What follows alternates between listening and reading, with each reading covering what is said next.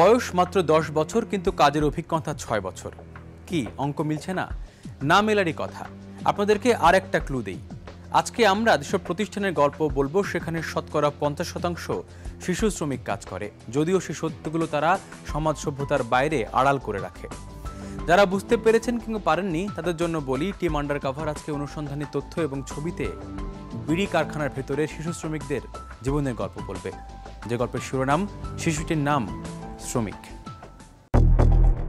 চোখ থেকে অনুসন্ধানী চশমা খুলে ফেলে খালি চোখে দেখলে বিড়ি কারখানাগুলোকে খুব নিরীহ মনে হবে। একটা দালান, সেখানে কিছু শ্রমিক কাজ করে, বাইরে বড় গেট যার রং লাল কিংবা নীল। আর সবচেয়ে বড় কথা হলো, এখানে অনুসন্ধানের কিছু নেই, কারণ তারা ভ্যাট দেয়, ট্যাক্স দেয় এবং এখানে শিশু শ্রমিকরাও কাজ করে না। কিন্তু খুলে ফেলা অনুসন্ধানী লেন্সটা চোখে পড়লেই এই নিরীহ গোছের কারখানারই অন্য চিত্র, উল্টো চিত্র।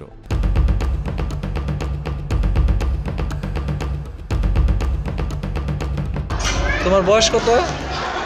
10 বছর। প্রতিটা বাচ্চায় কাজ করবে, না করলে খাওয়ার পথ নাই তো বাবা। চাউলের দাম 60 টাকা। আসিয়ে কোনো ক্যামেরা চালু করতে পারবেন না, শ্রমিকদের কাছে একটা লাঞ্ছিত হয়ে যাবেন, এটা করিয়েন না। এখানে শিশু শ্রম নিষিদ্ধ। কেন শিশু লাগবে? কেন? বয়স যার হয়েছে তার তো হাত চলে না। বিড়ি শ্রমিক মালিকদের বিরুদ্ধে আর কোনো কথা বলার কোনো রাস্তা নেই।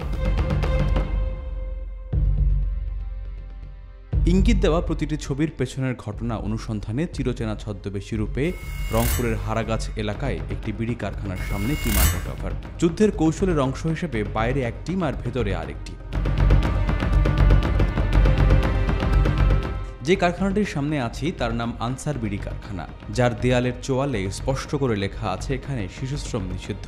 দেখতে দেখতে কারখানার সামনের এক দোকানদারের সাথে একটু আধটু ভাব জমানো। তার নাম রাশেদ। এই বাচ্চাগুলিও করে? বাচ্চা না, ছোট বাচ্চার কথা বললেন না। নারী বেশি না পুরুষ বেশি? এখানে পুরুষ বেশি, নারী বেশি। এখানে পুরুষ লোক নাই, পুরুষ লোক সবগুলো ঢাকা আছে, কর্ম নাই। এরা চা নাস্তা করার জন্য এগুলো কাজ করে। এখানেও পুরো সত্যটা উঠে আসলো না, তাই টিম আন্ডারকভারের আরেক অংশ, যারা এরই মধ্যে অনুসন্ধানী হয়ে কারখানার ভেতরে, তাদের চোখে বিষয়টি দেখায়। শিশুশ্রম নাকি নিষিদ্ধ? তাহলে মায়ের দুপাশে এই দুজন কি শিশু নয়? দেখুন তাদের কচি হাতগুলো কলম ধরার বদলে কিভাবে বিড়ির কফিনে তামাটে তামাক ঢোকাচ্ছে। আপনারা মা মেয়ে দুইজনই কাজ করতেছেন? তার মানে আপনারা 2 দিন কাজ করে কত টাকা পান? 40 টাকা। এই দৃশ্য মন ও মগজে গেঁথে নিয়ে কারখানার আরও একটু গভীরে। যতই গভীর ততই অন্ধকার আর ঘুরছি। তারই মধ্যে দেখা হয় এই বাচ্চার সাথে। তামাকের উটকো গন্ধে মাতালের মতো নেশায় আচ্ছন্ন হয়ে এক ধ্যানে বিড়ি বানাচ্ছে। তোমার বয়স কত? 10 বছর। কতক্ষণ কাজ করো এখানে? সারা কত টাকা পাও দৈনিক কাজ করে? 130 টাকা আবিলে 100 টাকা আবিলে। কতদিন ধরে কাজ করো এখানে? 7 বছর। 7 বছর বয়স থেকে কাজ করো? তার মানে 3 বছর হয়ে গেছে তুমি কাজ করতেছো না? হ্যাঁ। যতই ভেতরে যাওয়া যায় ততই যেন রহস্য ঘরের দরজা জানালা খুলে যায়। দেখুন, এই শিশু একা নয়, তার আরও সহকর্মী আছে, যারা প্রায় সবাই একই বয়সী। অন্ধকারে আলো হাতড়ে বেড়ানোর মতোই এদিক ওদিক ঘুরতে ঘুরতে চোখে পড়ে শিশু, নারী আর বৃদ্ধে ঠাসা এই আনসার বিড়ির কারখানা। এদিক ওদিক করতে করতে চোখে পড়ে ম্যানেজার সাহেবের টেবিল, যেখানে ছেঁড়া, অনেক ছেঁড়া, জঘন্য ছেঁড়া টাইপ কিছু 2 টাকা আর 5 টাকার নোট। সেগুলো মূলত পারিশ্রমিক, মৃত্যু ঝুঁকি নিয়ে জীবিকার পারিশ্রমিক। সব টাকাই তো দেখা যাচ্ছে যে ছেঁড়া। ছিঁড়ে বেড়াইবে মানে সবাইকে যা দিচ্ছেন সবই দেখা যাচ্ছে যে ছেঁড়া টাকা। কতজন শ্রমিক এখানে কাজ করে? 500-700। এর মধ্যে শিশুদের সংখ্যাই বেশি। বাচ্চা কাচ্চাই বেশি আর কি। কার কত কি এভাবে আর কি টাকা পয়সা দেন। যে 10 টাকা পাইছে একজন, না? ওটা হিসেব আলাদা। 20-30। জাতিসংঘ শিশুদের যে 38টি কাজে যুক্ত করতে নিষেধাজ্ঞা দিয়েছে তার মধ্যে 4 নম্বরে আছে বিড়ি ও সিগারেট শিল্পে কাজ করা। কিন্তু বাংলাদেশের নিয়ম নীতির তোয়াক্কা না করে অধিকাংশ কারখানার বেশিরভাগ শ্রমিকই শিশু। বেসরকারি গবেষণা প্রতিষ্ঠান প্রজ্ঞার মতে শুধু হারাগাছেই ৩৫টি কারখানায় প্রায় ২০,০০০ শিশু শ্রমিক কাজ করছে, যাদের বেশিরভাগের বয়স ৮ থেকে ১২ বছরের মধ্যে। মেনাজ বিড়ি কারখানা, লোকেশন সেই একই জায়গা, হারাগাছ, রংপুর।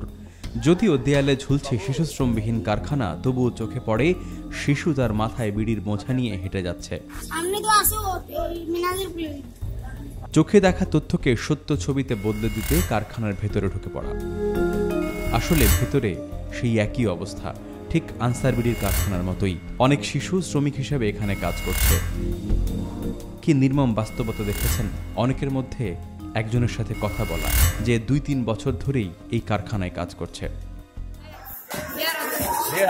একদিনে কত দেয়? কত টাকা দেয়?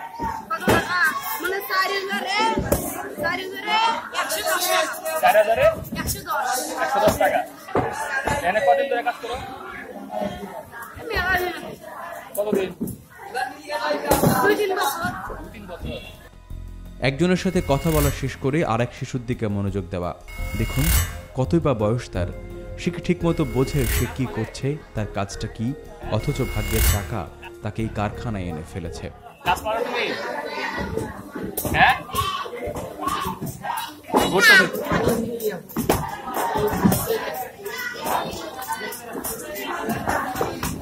কি নাম? নাম কি তোমার? হ্যাঁ?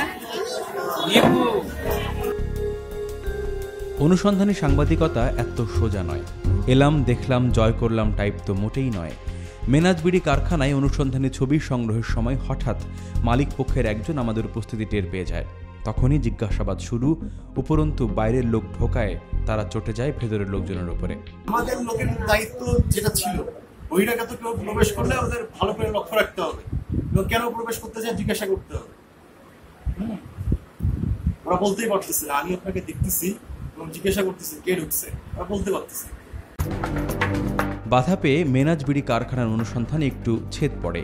সেই বাধা ডিঙিয়ে আবারও গোপন ক্যামেরা চালু। তখনই ধরা পড়ে কচি মুখগুলোতে তামাকের অভিশাপ, কচি বুকগুলো ধুঁকছে। মেনাজে যখন একদল অনুসন্ধানী, তখন অন্য দল সেই কারখানার পাশের একটি স্কুলের সামনে। সেখানে কথা হয় কয়েকজন ক্ষুদে শিক্ষার্থীর সাথে। তাদের কথা শুনলেই বুঝতে পারবেন তারা আসলে কি করে, কেন করে। কি আছে বাবুরা, কোন জায়গায় পড়ো তোমরা? এইটাতে? না, ওই সাইডে। আচ্ছা, আর কি করো? আর তো বাসায় বাবা মার কাছে সাহায্য করি। বিড়ি মানে বানাইতে কি অনেক মজা? অল্প মজা। প্রথম বানাইতে ভালো, আর পরে বানাইতে এখন আর ভালো লাগে না? হ্যাঁ। কি হয় না, কাশি হয় তোমাদের? হ্যাঁ, বিড়ি যেখানে গাছে যেখানে একটু কাশি হয়। কাশি হয়, অসুস্থ লাগে না? আপনি কি জানেন বিড়ি কারখানার অন্ধকার কূপে কাজ করা একজন শিশু শ্রমিক দিনে কত টাকা উপার্জন করে? 12 টাকা 8 পয়সা থেকে 14 টাকা। হ্যাঁ, ঠিকই শুনেছেন, 15 টাকারও কম। জীবনের বিনিময়ে তাদের এই জীবিকা। বিরতির ক্ষণিক বিরহ শেষে টিম আন্ডারকভার তাদের সেই করুণ জীবনের জীবিকা অর্জনের গল্পগুলো একে একে বলবে।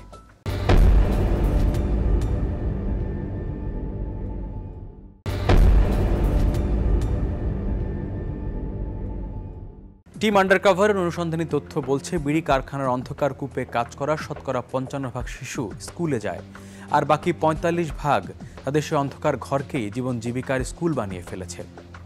অনুসন্ধানী গল্পের বাকি ডালপালা মেলার আগে আরও দুটি কারখানার অন্দরমহলের গল্প বলতে চাই। দেখছেন মায়া বিড়ির ফ্যাক্টরি। বিড়ির নাম মায়া, কিন্তু এখানে কোনো মায়া দয়া আছে বলে মনে হয় না। দেখুন কি দৃশ্য! শিশু শ্রমবিহীন কারখানায় শুধুই শিশু শ্রমিক। শিশুর দিকে চোখ রাখতে রাখতে এক বৃদ্ধর দিকে চোখ গেল। বিড়ি কাজ করি 60 বছর। হ্যাঁ, 60 বছর থেকে। 60 বছর? এতে জীবনটাই গেল। যদি তার কথা মানি তাহলে তিনিও একসময় শিশু শ্রমিক হিসেবে এখানে কাজ শুরু করেছিলেন। ওই শিশু বয়স থেকে একদম এই পর্যন্ত কাম করতেছে। এক সময় এখানে ঢুকছেন শিশু হয়ে, এখন বৃদ্ধ বয়সে কাজ করতেছে। এই কাজ করে কি আপনার সংসার চলে? চলে চলে না, তারপরে এই কাজ করেন? তারপরে করি। বিড়ি ফ্যাক্টরি ঘুরে দেখতে গিয়ে মালিকের আলিশান বাড়িও চোখে পড়ে। গাড়ি বারান্দায় আছে 8 থেকে 10টি নামি দামি ব্র্যান্ডের গাড়ি। এটা প্রাডো না?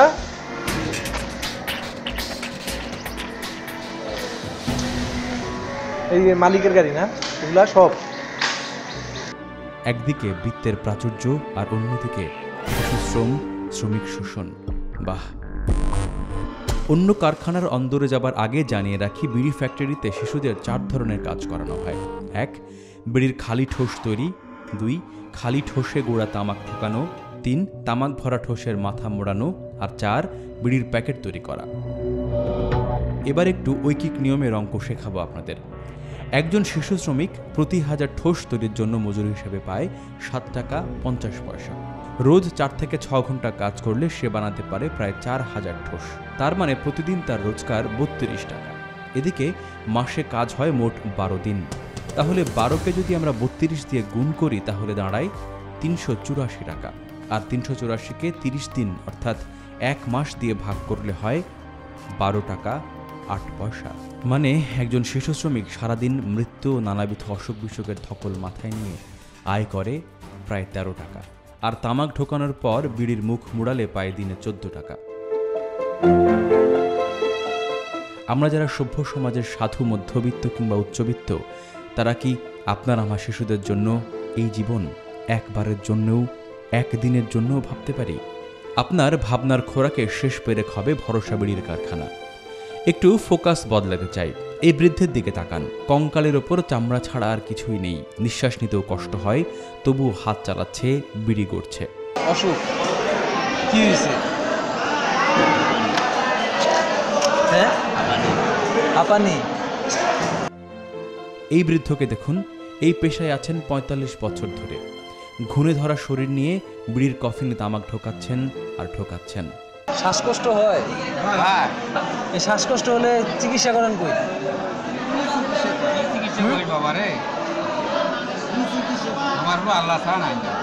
মালিকের কাছে যান না যখন অসুস্থ হন? আমাকে বড় লোক হয়ে দেয়, আমার ভিতরে ফিরি না দেবে। কাজ করতে করতে এরকম হয় না? অনেকে মারা গেছে, মেলা লোক মারা গেছে, 2-3 লোক মারা যায়। ওই কিটা জানে যে ওই এই মুহূর্তে সারাও, এই মুহূর্তে লাশ সারাও বলে যে তাড়াতাড়ি লাশ সরাও। লাশ সারাও। সরকারি লোক আসলে দেখলে ওর বাঁশ দিয়ে দিবে। 50 বছর থেকে কাজ করে। 50 বছরে 50 বছর থেকে কাজ করে। এখানে তো অনেক অসংখ্য শিশু কাজ করতে। হ্যাঁ, করে। কারখানার ভেতরের দুনিয়া সম্পর্কে তো বেশ ভালো ধারণা দিলাম। এবার একটু কারখানার বাইরের গ্রামগুলোকে দেখাতে চাই। আসলে বাস্তবতা হলো, গ্রামগুলো আর গ্রাম নেই, সেগুলো মিনি কারখানায় বদলে গেছে। বাড়ি বাড়ি এভাবে নানা বয়সের নারী ও শিশুরা বিড়ি তৈরির কাজে লিপ্ত। মজুরি কত তাদের জানতে চান? শুনুন তাদের মুখেই। হাজারে কয় টাকা পান? 8 টাকা দেয়, 7 টাকা দেয়, 6 টাকা করে হয়। মানে 20 টাকা দিলে 4000 পাবেন নাম্বার, এরকম? হ্যাঁ। 1000 বানালে কয় টাকা পাবেন? 8 টাকা, 7 টাকা, 6 টাকা, যেদিন যেমন। টিম আন্ডারকভার হারাগাছ এলাকার বাড়ি বাড়ি ঘুরছে। যেখানেই দেখি সেখানেই শিশুশ্রম। এই যে দেখছেন, মায়ের সাথে মেয়ে বসে আছে, সেও কারখানার শিশু শ্রমিক। বানাই এই যে বিড়ি গাজি আর বিড়ি মোড়াই চাকু দিয়ে। মানে তামাক ভিতরে ঢুকায়? হ্যাঁ, ভিতরে ঢুকায় মোড়াও। ওখানে বিড়ি কারখানার মধ্যে গন্ধ কিরকম? গন্ধ তো জনা তো থামাই যায় না। এই হাতে কি কড়া পড়ছে বিড়ি বানাইতে? হ্যাঁ, এটাই তো করা পড়ছে। ঘরে ঘরে নারী আর শিশুদের কোমল হাতগুলো বিড়ি শ্রমিকে বদলে গেছে। এই যে মেয়েটি, কতই বা বয়স তার, 7 কিংবা 8, তারও ভাগ্যে বিড়ি শ্রমিকের তকমা। নারী ও শিশুদের বাইরেও গর্ভবতীরাও বিড়ি শিল্পে কাজ করছে, যেটা তাদের জন্য খুবই ভয়ানক। ডাক্তারি শাস্ত্র বলছে এই কারণে অনাগত শিশুটি প্রতিবন্ধী হতে পারে। তবে সবচেয়ে ভয়াবহ তথ্য কি জানেন? রংপুরের সব এলাকার চেয়ে হারাগাছে প্রতিবন্ধী শিশুদের সংখ্যা বেশি, যার এক এবং একমাত্র কারণ বিড়ি কারখানা। এত ক্ষতি জেনেও তারা কেন নিজেদের ভবিষ্যৎ এভাবে শেষ করছে? উত্তর খুবই সোজা, অভাব, চরম অভাব। সারাদিন মান কর্ম করিয়ে কোনোদিন হয়তো 90 টাকা হয়, আনিয়ে কি 100 চাল কিনে খায় 60 টাকা দিয়ে। যার বয়স হচ্ছে তাই বিড়ির কাজ করতে পারে না। এখন ছোট ছোট বাচ্চার দ্বারা যদি করি না নেন, তারা কোনো পেটত ভাত যাবার নাই, এমনও 2 সন্ধ্যে না খায়া থাকতে হয়, 3 সন্ধ্যেও থাকতে হয়। 5 থেকে 6 বছর বয়স হল বাচ্চারা বিড়িত নাকি গেল, বিড়ি না বানাইলে তার পেটে ভাত যাবে না। চাউলের দাম 60 টাকা, 50 টাকাও নয়, 60 টাকা। 1 কেজি যদি চাউল নিবে, যে সারাদিন ছেলে মেয়ে ধরি কাজ করিও এটা পয়সা জোটে না, পেট ভরা ভাত পেটত যাবে না। এবার একটু প্রসঙ্গ বদলাতে চাই। হারাগাছ এলাকায় শ্বাসকষ্টজনিত অসুখ যেমন হাঁপানি, অ্যাজমা রোগীর সংখ্যা বেশি। তাদের চিকিৎসার জন্য একটি সরকারি প্রতিষ্ঠান আছে, আগে গোপন ক্যামেরায় দেখাই সেটার বেহাল অবস্থা। হাসপাতালের বেশিরভাগ কক্ষই তালা মারা।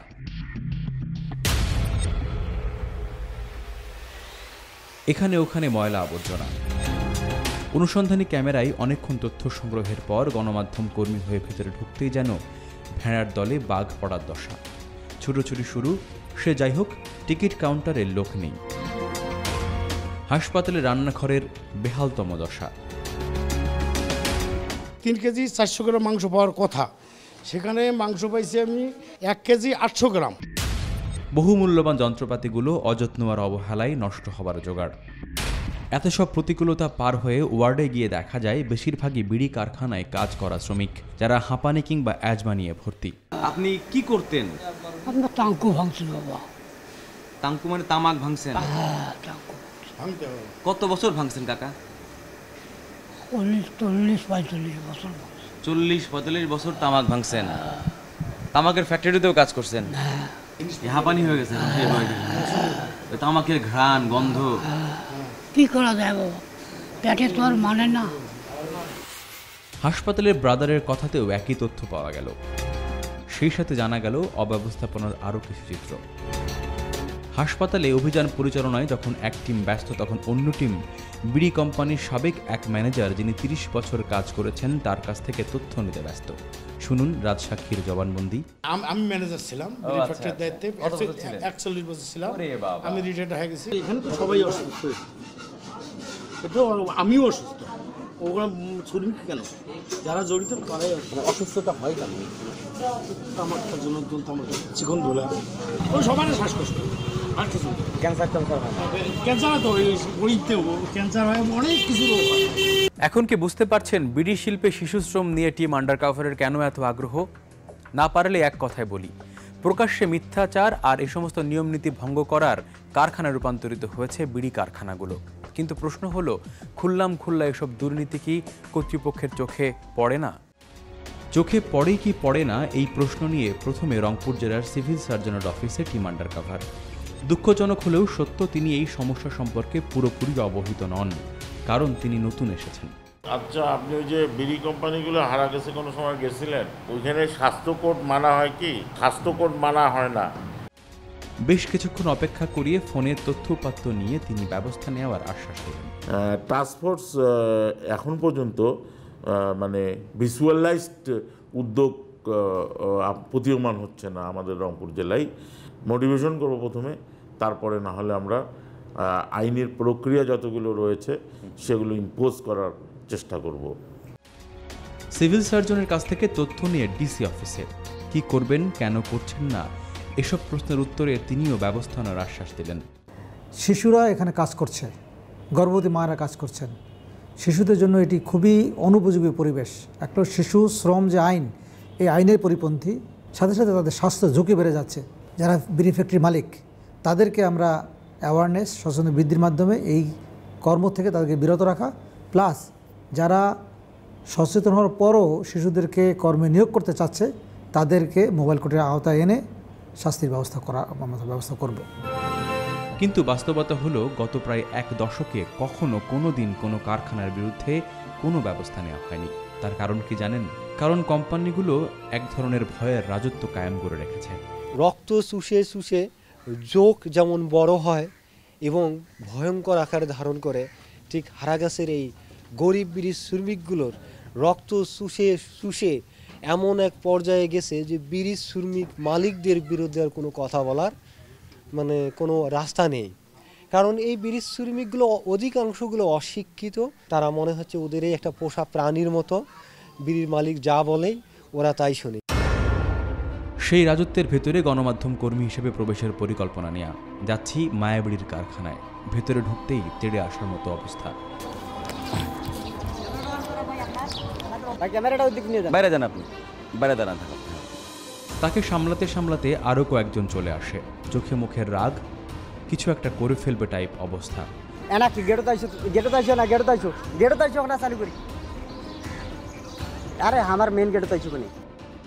আমাদেরকে রীতিমতো সসম্মানে পাকড়াও করার মতো নিয়ে যাওয়া হলো ম্যানেজারের দোতলায়। সেখানে গিয়ে ঠান্ডা মাথায় হুমকে দিলেন কারখানার লোকেরা। ধরেন বাংলাদেশের সব জায়গায় তো মোটামুটি কম বেশি যায়, ক্যামেরা পার্সন ক্যামেরা অন করবে না অফ করবে, এইটা আপনারা কি নিয়ন্ত্রণ করেন? এখানে আসিয়ে কোনো ক্যামেরা চালু করতে পারবেন না। বেশিরভাগ এখানে ভেজালে পড়ে যাবেন, পরে মনে করেন আমরা থাকবো না, শ্রমিকদের কাছে একটা লাঞ্ছিত হয়ে যাবেন। এটা করিয়ে দিন। তবে বাস্তবতা কি হলো জানেন? এই ভয়ের রাজত্বে মুক্তি কিংবা মারুফের মতো শিশুরা রোজ বিড়ির সাদা কফিনে তামাক ঢুকিয়ে ঢুকিয়ে তাদের শৈশব আর কৈশোরগুলো নষ্ট করছে, কিন্তু দেখার কেউ নেই। রবি ঠাকুরের রক্তকরবী নাটকের মতো বিড়ি কারখানাগুলো আলোহীন অন্ধকার খনির মতো, যেখানে শিশুরা অভাবের বেদিমূলে তাদের শিশুত্ব বিসর্জন দেয়। কিন্তু তাদের জীবনের স্বপ্ন পূরণের জন্য বিপ্লব হয়ে রঞ্জন আসে না। তাদের প্রশ্ন, রঞ্জন কি কোনোদিনও আসবে না? তাদের এই শৈশব কৈশোর কি এভাবে শ্রমিক হিসেবে কাজ করতে করতে যৌবনে পা দেবে? এসব প্রশ্ন উত্তর খুঁজবো আমরা টিম আন্ডারকভার লাইভে।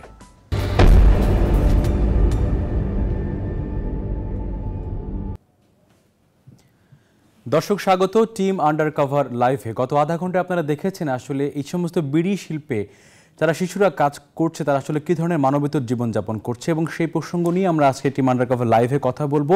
এবং আপনারা চাইলে আমাদের সঙ্গে ফোনে যুক্ত হতে পারেন, আমাদের সঙ্গে আপনারা অনেকভাবে যুক্ত হতে পারেন, আপনারা আমাদেরকে ফোন করতে পারেন। আমি আশিকুর রহমান শ্রাবণ রয়েছি আপনাদের সাথে। আমাদের সাথে অন্য স্টুডিওতে রয়েছেন আমাদের একজন অনুসন্ধানকারী, যিনি আসলে সেই স্পটে আমাদের সাথে কাজ করেছেন, তার কাছ থেকে আমরা জানবো। এবং আমাদের সঙ্গে আরও একজন রয়েছেন আমাদের স্টুডিওতে, মোশরেফা মিশু, সাধারণ সম্পাদক গণতান্ত্রিক বিপ্লবী পার্টি। আপনাকে স্বাগত জানাচ্ছি আমাদের স্টুডিওতে।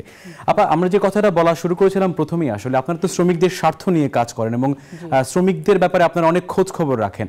আমরা যখন আসলে রংপুরের সেই হারাগাছে গিয়েছিলাম, আমরা চেষ্টা করেছিলাম আসলে ভেতরে কি হচ্ছে সেটি দেখার জন্য আসলে, এবং সেখানে দেখলাম যে শিশু শ্রম বাইরে লেখা, যেখানে শিশু শ্রমিকরা কাজ করেন না বা করে না, কিন্তু ভেতরে আসলে শিশুরা ছাড়া আর কেউই কাজ করছে না, এবং সেখানে শিশুর সংখ্যা প্রায় 70% দিনের বেলাতে। আসলে এইটা আসলে আপনি কিভাবে দেখবেন?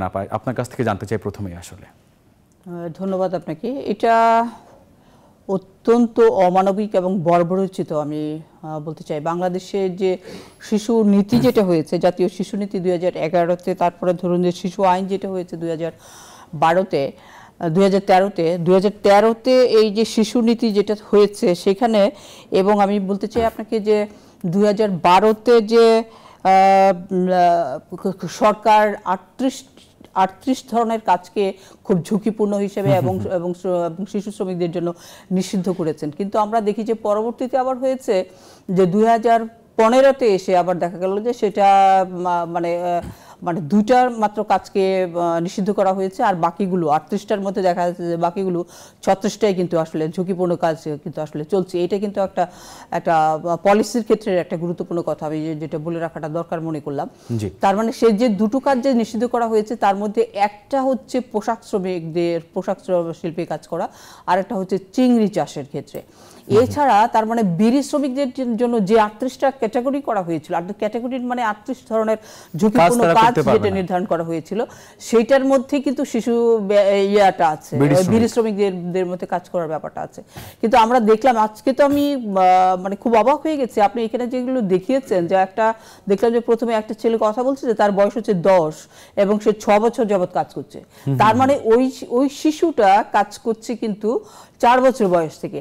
তাহলে শিশু আইনে কিন্তু বলা আছে যে প্রথমে বলা ছিল যে 18 বছর পর্যন্ত শিশু, কিন্তু এর পরবর্তীতে সেটা আবার খানিকটা অ্যামেন্ডমেন্ট করা হয়েছে। অ্যামেন্ডমেন্ট করে আবার করা হয়েছে যে 12 থেকে 14 পর্যন্ত সেটা হচ্ছে শিশু, আর 14 থেকে 18 পর্যন্ত সেটা হচ্ছে কিশোর। তাহলে আইন অনুযায়ী আমি যদি এখানে 12 থেকে 14 পর্যন্ত যদি সময়টা দেখি, তাহলে কিন্তু এই যে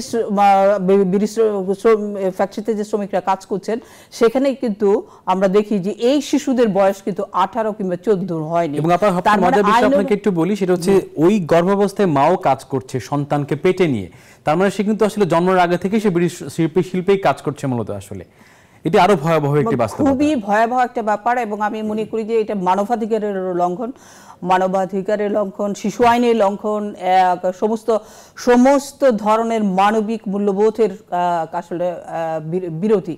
এবং এত মানবেতর একটা কাজ চলছে এখানে। আমি তো মনে করি যে এই যে আপনি যে আজকে এখানে দেখিয়েছেন, এটা গুরুত্বপূর্ণ হয়েছে যে দেশের সমস্ত মানুষ এটা দেখতে পাচ্ছে।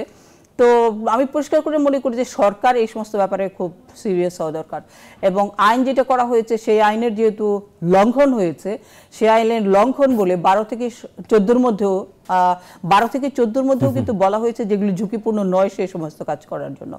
তারপরে কিন্তু এটা তো আসলে তাদেরকে গ্রেফতার করা উচিত। এই মালিককে এখানে যারা আছে সেটা হচ্ছে যে গত প্রায় এক যুগে কখনোই আসলে বিড়ি কারখানাগুলোতে কোনো অভিযান পরিচালিত হয়নি, না স্বাস্থ্য অধিকার আন্দোলন করেছে, না সরকারের তরফ থেকে করা হয়েছে, না জেলা প্রশাসকের তরফ থেকে করা হয়েছে। এবং এটা হচ্ছে সবাই ব্যাপারটা এরকম যে সবাই চোখের সামনে দেখছে বাস্তবতাটাকে এবং তারপরে তারা সেটাকে অ্যাভয়েড করার চেষ্টা করছে।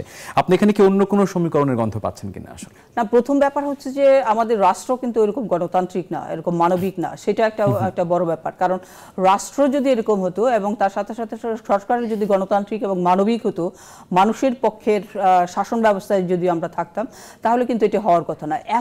এই শিশুদেরকে দিয়ে 4 বছর 5 বছর পর্যন্ত, 4 বছর 5 বছর আমি দেখলাম যে 3 বছরের পর্যন্ত শিশুদের বলা হয়েছে এবং এখানে কোনো রকম কোনো ব্যবস্থাই নেওয়া হচ্ছে না।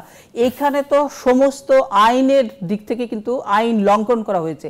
আইন লঙ্ঘনের দায়ে আমি মনে করি যে এই মালিককে গ্রেফতার করা উচিত এবং তাকে দৃষ্টান্তমূলক শাস্তি দেওয়া উচিত। এবং এগুলো করা হচ্ছে না বলে কিন্তু আমরা দেখব যে অন্যান্য কারখানাগুলোতেও কিন্তু দৃষ্টান্ত স্বরূপ এরকম শিশু শ্রমিকদেরকে এত কাজ করানো হচ্ছে।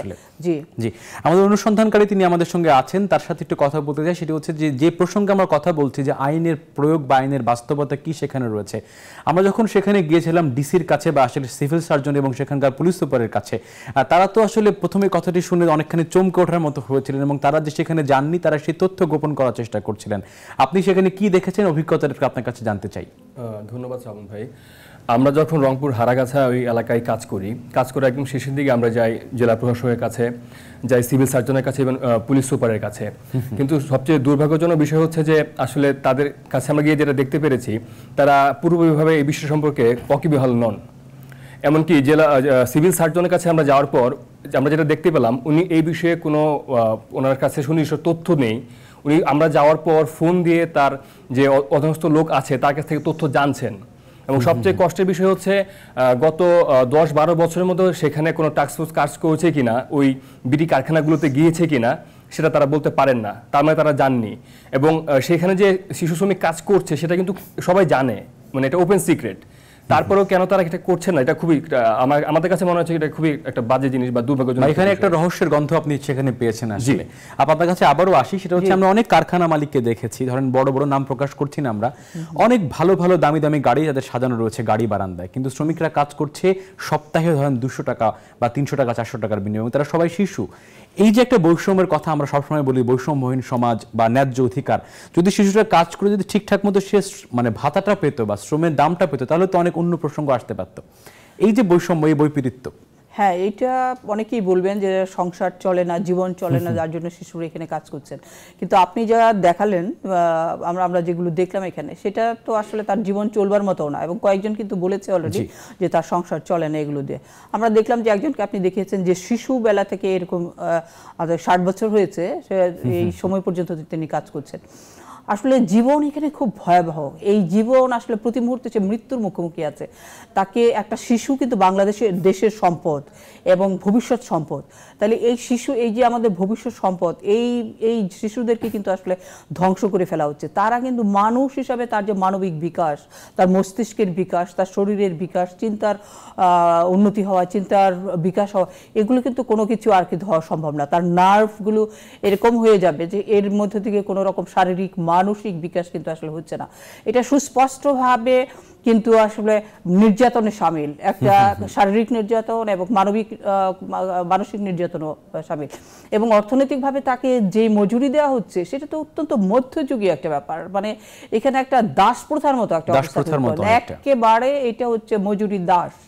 এবং এই বাংলাদেশে মুক্তিযুদ্ধ আমরা করেছি 1971 সালে, এই বাংলাদেশে এখনো পর্যন্ত আমাদের শিশুরা এই মজুরি দাসত্ব করে যাবে, এই দাস প্রথার মতো এরকম কর্মকাণ্ড চলতে থাকবে কারখানাগুলোতে।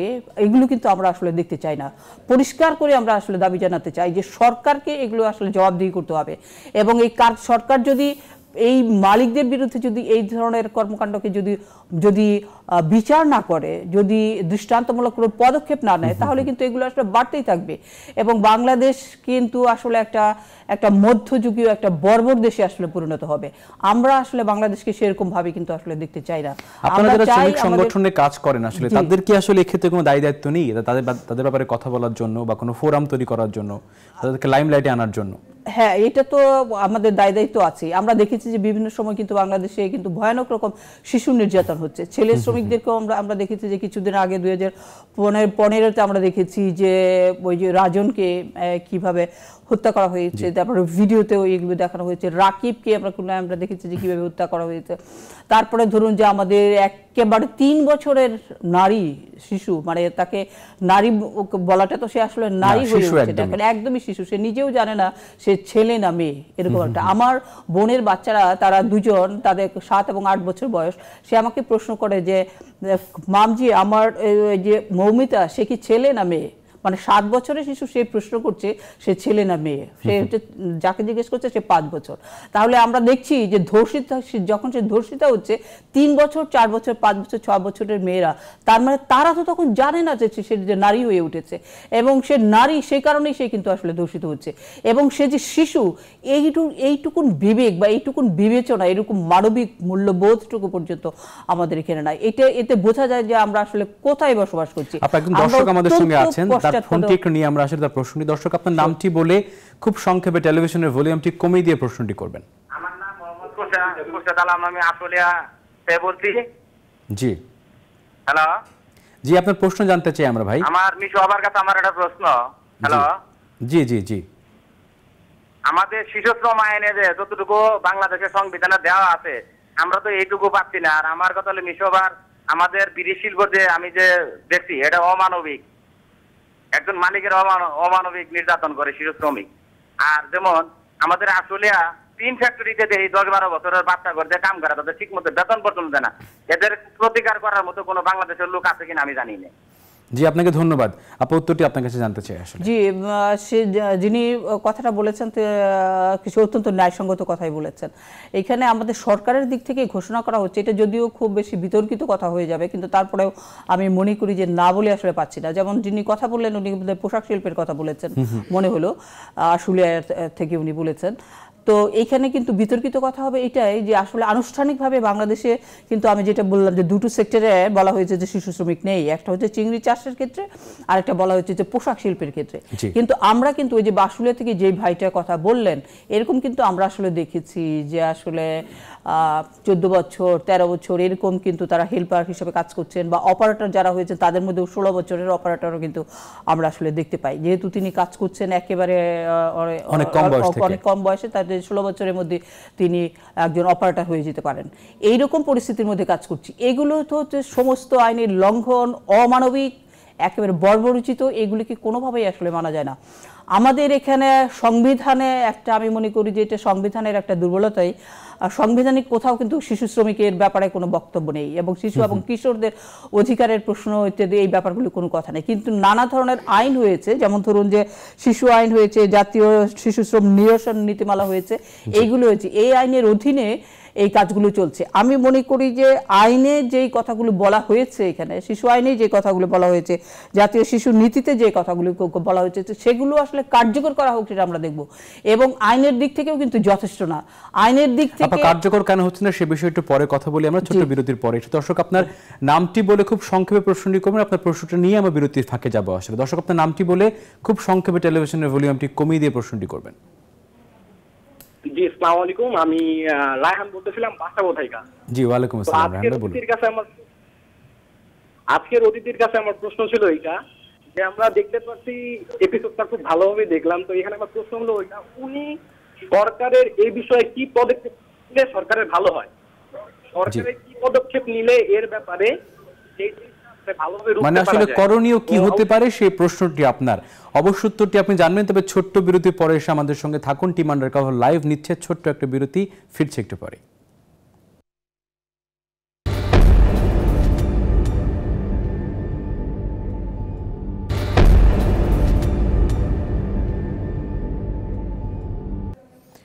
বিরতির পর আবারও স্বাগত টিম আন্ডারকভার লাইভে। একটা প্রশ্ন নিয়েছিলাম যে আসলে সরকারের কি করণীয় সে বিষয়ে আপনারা একজন নারী নেত্রী আমাদের সঙ্গে রয়েছেন, তার আপনারা মন্তব্য জানতে চান। তবে তার সেই মন্তব্য জানার আগে আমি যাব আমাদের অনুসন্ধানকারীর কাছে, তার কাছে একটু জানতে চাই। সেটি হচ্ছে যে আমরা যখন সেই কারখানাগুলোতে গোপনে কাজ করার পরে যখন গণমাধ্যম কর্মী বিশেষ সেখানে গেছিলাম, তারা তো আমাদের সঙ্গে মোটামুটি এক ধরনের পরোক্ষ গুন্ডামি করেছে এবং তারা কিন্তু এই কাজটি সবসময় করে থাকে।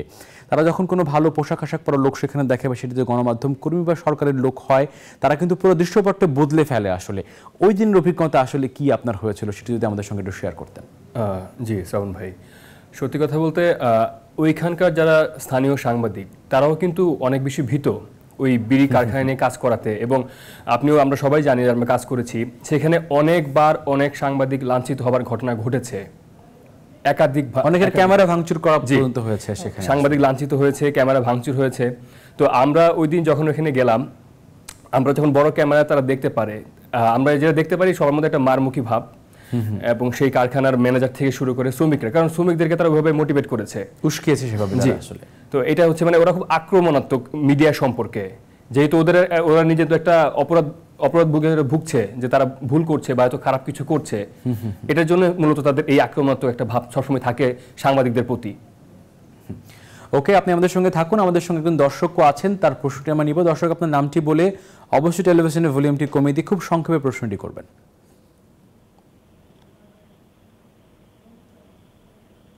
আপনি আমাকে শুনতে পাচ্ছেন?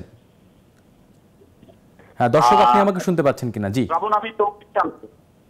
জি জি, আমি যেটি জানতে চাচ্ছিলাম যে আমি প্রথম থেকে দেখলাম পুরো রিপোর্টে কিন্তু দেখা যে তারা তো শিশু নীতিকে ভঙ্গই করছে, জাতীয় শিশু নীতি, এবং এর সাথে সাথে আমি যেটি দেখলাম যে আমার যতটুকু মনে হলো যে যেহেতু এটি গোপন ক্যামেরা, আমি সরাসরি আসলে আপনার কাছে জানতে চাচ্ছি যে সেখানে যে কারখানার পরিবেশ, সেখানে হেলথ অ্যান্ড সেফটি, সিকিউরিটি সহ কারখানার যে আপনি যেটি দেখালেন কয়েকজনকে যে তারা হাঁপানি রোগ হয়ে গিয়েছে, 30-40 বছর ধরে কাজ করছে, এই সকল যে কর্তৃপক্ষ তাদের কাছে কি আপনারা গিয়েছিলেন? আমার ধারণা যে তারাও কিন্তু এর জন্য দায়ী হতে পারে, কারণ আমি ইন্ডাস্ট্রিয়াল রিলেশন পড়ালেখা করেছি, সেখান থেকে আমি দেখেছি যে এই কারখানাটি আসলে, যেমন আমি আসলে এটি জানতে চাই যে তারাও এখানে অবহেলা আছে।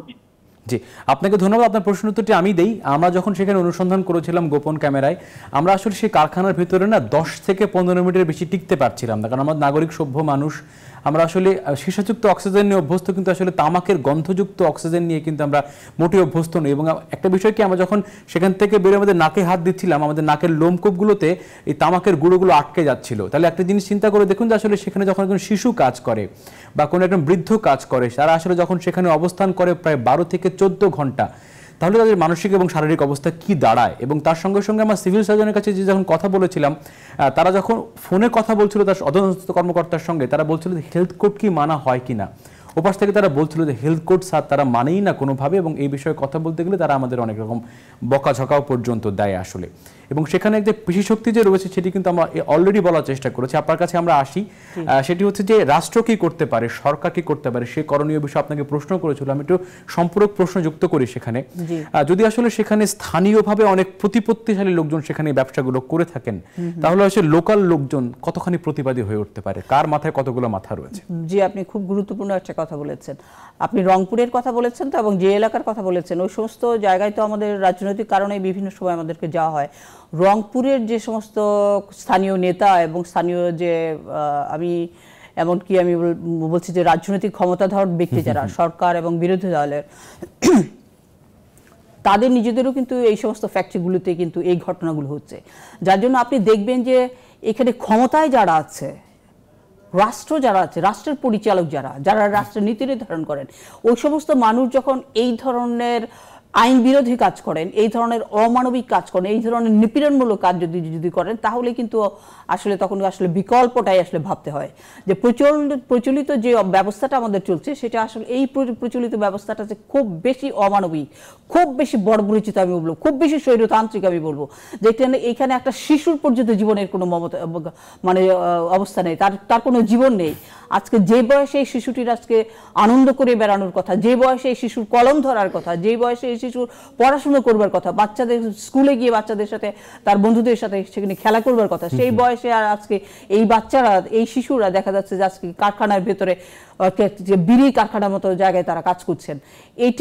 এটা সরকারের এই যে মন্ত্রণালয়গুলো আছে, এবং আমি দেখলাম যে সেখানে দুটো মন্ত্রণালয়, তো সরাসরি আপনি শ্রম মন্ত্রণালয়ের কথা বলুন, তারপরে ধরুন যে শিশু নারী মন্ত্রণালয়, ছাড়াও কিন্তু অধিদপ্তর আছে, এবং এটার সাথে শিশুদের সাথে জড়িত কিন্তু সব মিলিয়ে এই কাজগুলির ক্ষেত্রে প্রায় 27টার মতো মন্ত্রণালয় এটার সাথে জড়িত আমি দেখলাম। তাহলে এই যে ছোট্ট প্রশ্ন আপনার জন্য নেই, দর্শক আপনার নামটি বলে খুব সংক্ষেপে আমাদের কাছে প্রশ্নটি করবেন। হ্যালো, আমি সালমা বলছি খিলক্ষেত থেকে। জি হ্যাঁ, আমি তো ভাইয়া আমি আপনার সাথে কথা বলতে চাচ্ছি যে আজকে এই যে ছোট মানুষের রক্ত চুষে এভাবে খাওয়া হচ্ছে মালিকের, আজকে যদি ওনার মা হতো কিংবা ওনার বাবা হতো কিংবা ওনার একটা ছোট সন্তান হতো, কি করতো? ঠিক আছে, এটা আমি সরকারের কাছে জি জি আপনাকে ধন্যবাদ জানাচ্ছি। আপা যে প্রশ্নটি তিনি করেছেন তার সঙ্গে যুক্ত করে আপনি উত্তরে দেবেন। আসলে জি, আমি মনে করি যে উনি ঠিক কথাই বলেছেন, যে একেবারে মনে হয় যে এগুলো আসলে সহ্য করবার মতো কথা না। যার খানিকটা বিবেক আছে, মনুষ্যত্ব আছে, এরকম কোনো মানুষ কিন্তু আসলে এগুলো সহ্য করতে পারে না। দর্শকদের প্রশ্ন শুনেই কিন্তু বোঝা যাচ্ছে যে তারা কতখানি কত বেশি সংবেদনশীল হয়ে যাচ্ছেন, এবং এত বেশি সংবেদনশীল হওয়ার মতো কিন্তু ঘটনা। তাহলে আসলে বাস্তবে যারা কাজ করছেন তাদের অবস্থাটা আসলে কি? এই সমস্ত শিশুর আপনি দেখাচ্ছেন যে সেখানে হাঁপানি হয়েছে, হাঁপানি, এজমা, এগুলি হওয়াটা খুবই স্বাভাবিক, কিন্তু এবং তার নার্ভের নানা রকমের সমস্যা হওয়া কিন্তু স্বাভাবিক। স্বাস্থ্য মন্ত্রণালয় কি করছে? স্বাস্থ্য মন্ত্রণালয় কি দেখছে না যে এখানে আসলে মানে হেলথ সেক্টরের তার যে স্বাস্থ্য মন্ত্রণালয়, স্বাস্থ্য অধিদপ্তর, এরা যে কাজ করেন, সেখানে যে বাচ্চাদের জন্য যে স্বাস্থ্যের ব্যাপারে যে মানুষের যে অধিকারের কথা বলা হয়েছে তার যে চরম লঙ্ঘন হচ্ছে, সেটা কি স্বাস্থ্য মন্ত্রণালয় দেখছেন না? এবং দেখছে না। আমরা কিন্তু দেখলাম যে যদি দেখতো তাহলে তো নিশ্চয়ই এটার কোনো পরিবর্তন হতো, কিংবা যদি আমরা আমাদের ক্ষেত্রে কিন্তু অনেক করণীয় বিষয় আমরা একটু পরে কথা বলি, কিন্তু দর্শকের ফোন নিই, কারণ দর্শকের আমাদের প্রাণ। দর্শক আপনার নামটি বলে খুব সংক্ষেপে প্রশ্নটি করবেন। আসসালামু আলাইকুম। ওয়ালাইকুম আসসালাম। আমি বলতে চাই ম্যাডামের মাধ্যমে আজকে চ্যানেল 24 এর মাধ্যমে টেলিভিশনের ভলিউমটি কমিয়ে দিন, নিউজ 24। জি, নিউজ 24 এর আমি ডাইরেক্ট প্রধানমন্ত্রীর হস্তক্ষেপ চাই। আমি যেন আগামীকাল অল বাংলাদেশের যে লোক যে আমাদের লাইভটা এবং আগে যে ইয়েটা দেখছি, এই হিসাবে আমি চাই যে প্রধানমন্ত্রী নিজে হস্তক্ষেপ করে কালকে রংপুরের এই বাচ্চাগুলো যেন জীবনটা বাঁচায়। জি জি আপনাকে অনেক ধন্যবাদ। আপনাকে ছোট তথ্য দিয়ে উত্তর দেওয়ার আগে সেটি হচ্ছে যে স্বাস্থ্য মন্ত্রণালয়ের কথা যে বলছিলাম, সেখানে হচ্ছে একটা হাসপাতাল আছে 31 শয্যা বিশিষ্ট, সেখানে আসলে ডাক্তার কবে যান না সেটি একটি প্রশ্নবিদ্ধ বিষয়, এবং সেখানে আসলে খুবই গুরুত্বপূর্ণ যন্ত্রপাতিগুলো সেখানে অবহেলায় নষ্ট হচ্ছে এবং তারা হাসপাতালে বেডে শুয়ে শুয়ে কাতরাচ্ছে, কেউ দেখার নেই। বাকিটুকু আপনার কথা। বাকিটুকু আমার কথা হচ্ছে যে এখানে স্বাস্থ্য মন্ত্রণালয়, তারপরে ধরুন যে শিক্ষা মন্ত্রণালয়, প্রাথমিক ও প্রাথমিক শিক্ষা মন্ত্রণালয়, এই সমস্ত ব্যাপারগুলো তারা কেউই কিন্তু সবাই কিন্তু কনসার্ন এটার এই শিশু শ্রমের ব্যাপারে, কিন্তু আমরা দেখছি যে কেউই আসলে তাদের দায়িত্ব পালন করছেন না। কারণ হচ্ছে যে আসলে দর্শনের দিক থেকে, রাজনীতির দিক থেকে যদি রাজনীতি যদি মানুষের স্বার্থকে প্রতিনিধিত্ব করবে, এরকম না হয়ে রাজনীতি যদি শুধুমাত্র ক্ষমতার প্রশ্ন হয়, কতদিন আমি যে কোনোভাবেই ক্ষমতায় টিকে থাকতে হবে, তাহলে সেই দেশ কিন্তু আসলে একটা বর্বরচিত মধ্যযুগের কথা যে আমরা শুনেছি সেরকম একটা অন্ধকারাচ্ছন্ন একটা সময় কিন্তু হয়। আমরা আসলে দেখছি যে যেই রাজনীতি আমাদের এখানে চলছে, শাসক শ্রেণীর যে রাজনীতি, এই রাজনীতি কিন্তু আসলে মানুষকে আসলে তার অধিকার প্রতিষ্ঠা করতে দিচ্ছে না। একটা আমাদের ছোট্ট শিশু, সেই শিশুটার পর্যন্ত এই সমাজে তার কোনো অধিকার নেই। মানুষের মতো বাঁচবার মতো একটা সুস্থ জীবন নিয়ে, একটা স্বাস্থ্যকর জীবন নিয়ে তার বাঁচবার মতো কোনো অধিকার নেই। তার এখানে শিক্ষার অধিকার নেই, তার এখানে স্বাস্থ্যের অধিকার নেই, তার এখানে কোনো রকম তার খেলার অধিকার নেই, বিনোদন করবার অধিকার নেই। এই বয়সে কিন্তু আমরা কিন্তু এই অবস্থাগুলো দেখছি। সরকার যে জানে না তা তো নয়, সরকারের স্থানীয়ভাবে আপনি দেখবেন যে সরকারের পদস্থ, এমনকি আপনি যারা নীতি নির্ধারণ করেন, এরকম যারা সাংসদ যদি আমরা বলি, এরকম অনেকের কিন্তু এরকম বিড়ি কারখানাগুলো আছে এবং তারাই কিন্তু এখানে এই মালিক হিসেবে তারা কাজ করছেন। এবং আমি দেখলাম যে সেখানে শিশু শ্রম নিষিদ্ধ বড় বড় সাইনবোর্ড দেওয়া আছে। তাহলে এটা তো অত্যন্ত অন্যায়, এটা তো অত্যন্ত অন্যায়। এবং আমরা চাই যে আপনার এই রিপোর্ট তো আপনি দেখিয়েছেন, এটা তো নিশ্চয়ই সরকারের দিক থেকে তার জানা আছে। এবং আমরা তো মনে করি যে সরকারের মাধ্যমে সরকারের অবশ্যই সেটা জানা আছে, তাহলে সরকার কেন আসলে এই কাজগুলি করছেন না, এই জায়গায় কিন্তু আসলে প্রশ্নটা আসে। এবং অনেক গুরুত্বপূর্ণ তথ্য দিই আমি, সেটা হচ্ছে আমার মাধ্যমে আমাদের ইনভেস্টিগেটর যিনি আমাদের ইউনিভার্সিটিতে আছেন তার কাছ থেকে জানবো, এবং সেগুলো আমি জানবো যে সবাই জানবেন সেই বিষয়গুলো।